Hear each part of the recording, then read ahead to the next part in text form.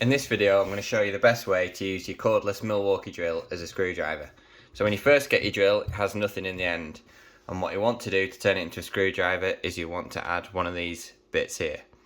This is a Phillips 2-bit, and we'll need to get that into our drill. Now, one way you can do it if you're desperate is to just open the jaws of the drill, hold the end of the chuck, put it in reverse, wind the chuck in, add your bit, and then clamp it up. This works okay if you're putting a couple of screws in, but eventually what can happen is if you've not tightened it up properly, you can put your screws in and this drill bit will slide back into the drill, which is no good. So the best way to turn your cordless Milwaukee drill or any drill into a screwdriver is to use one of these magnetic bit holders. So this has a hexagon shank on the end, so it fits into the chuck of your drill quite well.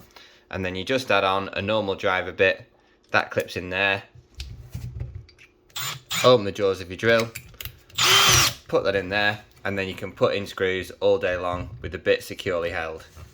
So if you're looking to put screws in and you're going to be using your drill frequently, I'd invest in one of these magnetic drill bit holders. And also, if they have a decent magnet in the end, your screw will actually hang on to the end of the bit, making it easy to put screws in.